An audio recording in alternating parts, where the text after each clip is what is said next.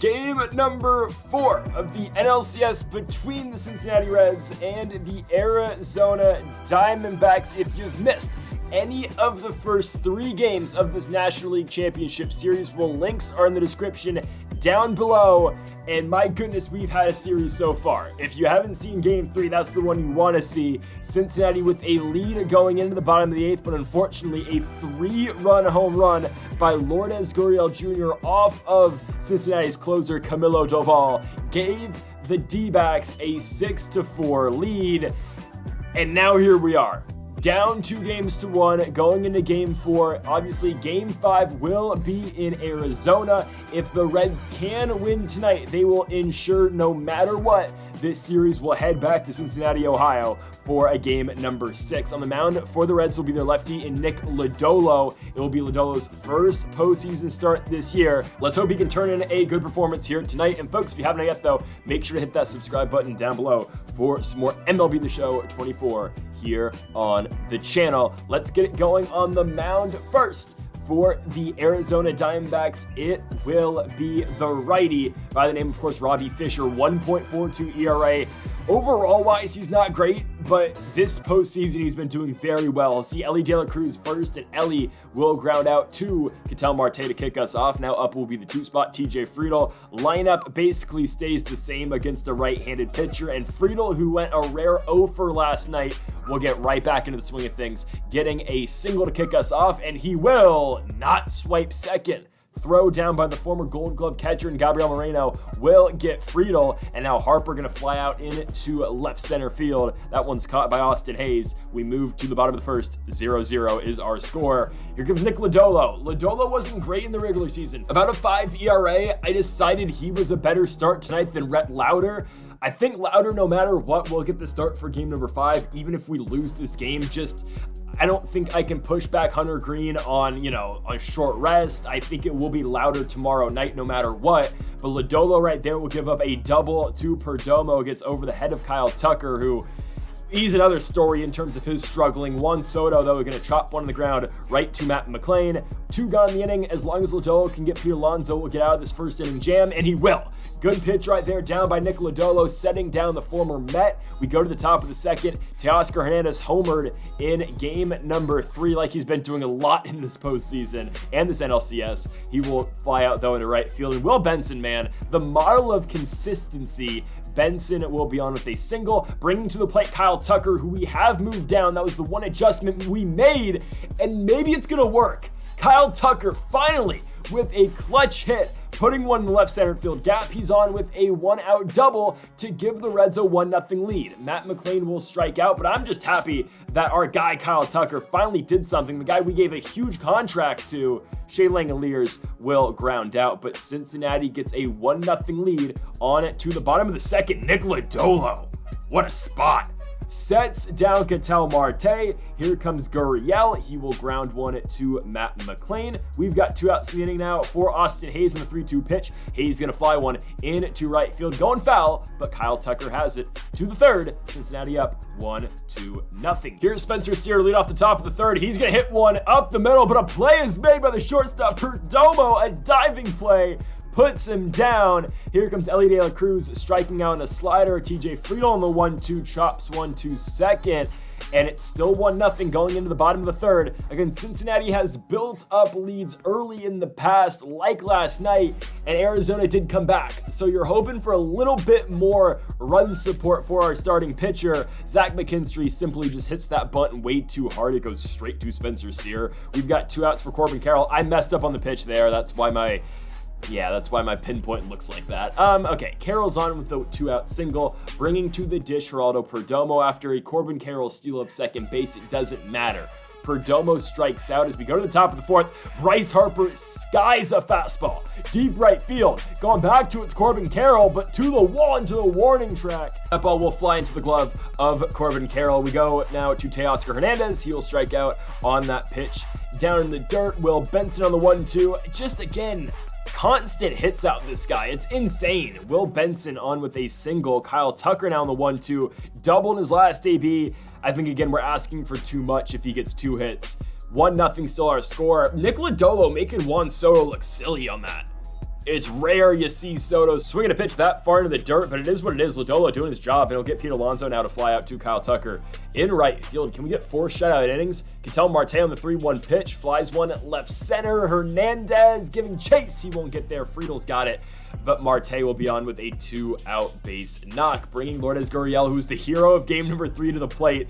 Gurriel flies out to Teo. That's one Hernandez can actually get to. As we now go to the top of the 5th, Matt McLain starting things off against Robbie Fisher, and you see why Fisher came into today with such a low ERA against 2 pretty solid teams in the Philadelphia Phillies and the Los Angeles Dodgers. He's been limiting the damage. It's been a lot of pitch to contact, and you know, the Reds are getting themselves out, right? With the exception of the Benson hit and then the double by Kyle Tucker. Not much going on, but Spencer Steer right there. Gonna hit one off of the wall in left field. Steer will be on with the 2-out single. Can Ellie bring him in? 1-1 pitch. Fisher's 97th of the game. That one is down in right center field. Ellie De La Cruz with an RBI double, probably a triple. Yeah, Ellie's got 99 speed. He's gonna go for it. He'll be in there. An RBI triple for Ellie De La Cruz to give the Reds now a 2-0 lead. Robbie Fisher's day is done. In comes the lefty, Yu-Min Lin. ERA of 16 so far in the postseason for Lin. And TJ Friedel will be his first batter on the 3-1 pitch. Friedel smokes one deep right field. That ball's over the head of Corbin Carroll. Friedel's on with the double. It scores Ellie.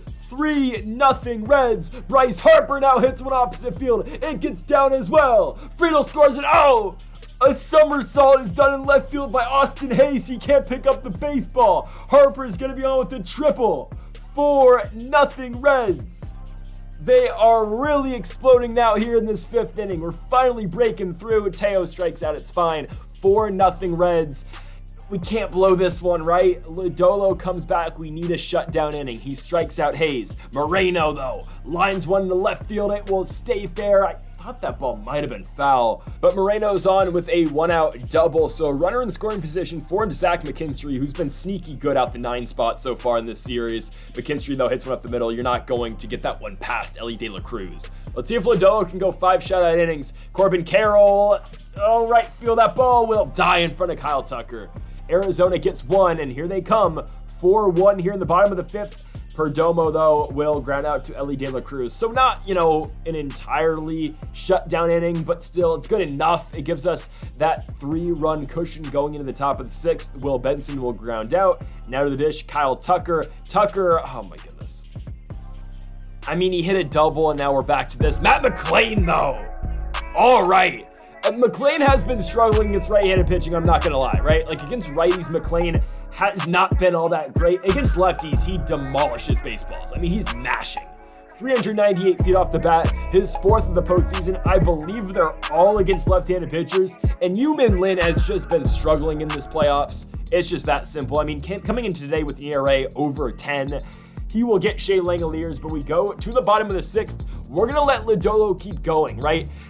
Our bullpen, unfortunately, has been where we've been losing games. I'm going to keep Lodolo in this one and let him keep throwing. He's going to get Pete Alonso there. We've got 2 outs in the bottom of the 6th. Ketel Marte comes up on the 1-1. He will fly that ball into center field, and TJ Friedel's got it. So Lodolo, a guy who I was concerned with going into this game, a guy who had a 5 ERA in the regular season, goes 6 innings and only gives up 1 run. Spencer Steer starts off the top of the 7th by going perfect into left field. Here comes Ellie De La Cruz, just flinging the bat out there. What are we doing? 1 out, TJ Friedel, lefty on the 3-2 pitch, hits one past Pete Alonso. Friedel, another hit. 1st and 2nd, 1 out. Yu-Min Lin is still in the game, but now he's going to get pulled. Here comes Dre Jameson. ERA of 3.6 so far in the postseason, and welcome to the game. You have to face Bryce Harper. Harper, though, strikes out. Teo now comes up on the 3-2. Full count, runners going! Is this the dagger? Hernandez in the right field. I think it is.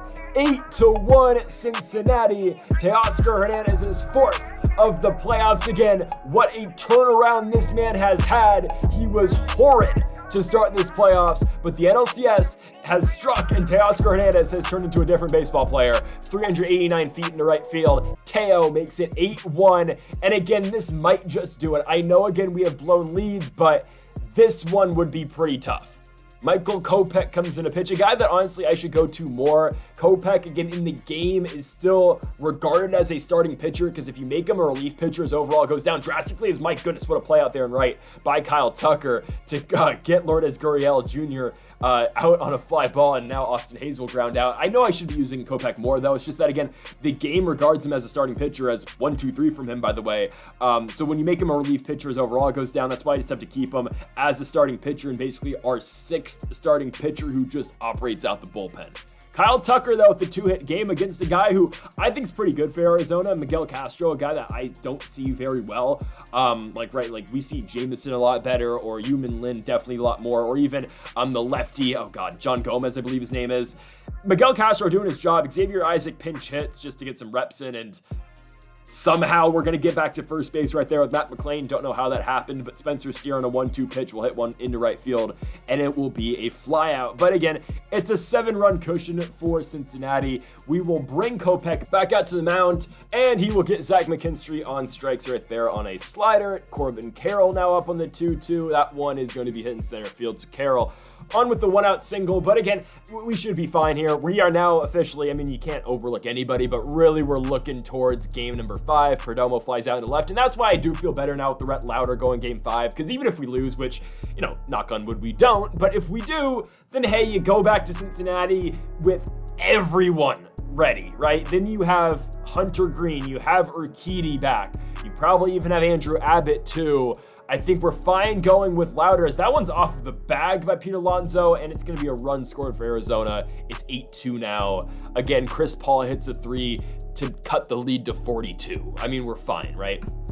So I feel decent about Lauder going game number 5. And then game number 6 scheduled will be one, of course, Hunter Green, and then Urquidy for game 7. We'll see how that all plays out. As Michael Kopech looking to notch the 3-inning save, he will get Austin Hayes to ground out. 1 out away. Last batter, Gabriel Moreno, our last hope for the D-backs. Whoops, I gave it away. That one's just going to be hit right back to the catcher. At this point, we had subbed in Yan Gomes just as a defensive replacement, and Gomes will get Moreno out at first. So the Cincinnati Reds win this game by a score of 8-2. Now, their 2 wins in the NLCS have been kind of anticlimactic, right? They've won 2 games that they have kind of dominated in, and the 2 games they have lost, right? It's been tightly contested ball games that Arizona has just edged out at the last second. So hopefully the Cincinnati Reds can get better at edging. Anyways, the Cincinnati Reds, hopefully they can end up winning close games in the future.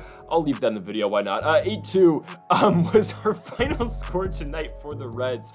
They will win this one again by 6, and Cincinnati looks to take a 3-2 lead tomorrow night here in game number 5 before heading back to Cincinnati. Rhett Lauder, the rookie, a lot of attention going to be on him, but again, we'll go somewhat short leash. The bullpen should be somewhat back, and we'll see what we can do tomorrow night. So folks, thank you all for watching episode number 49 of the Cincinnati Reds franchise mode here on MLB The Show 24. If you have not yet, though, make sure to hit that subscribe button down below for more, and leave a like if you did enjoy the video. Folks, thank you all for watching, and Mamba forever.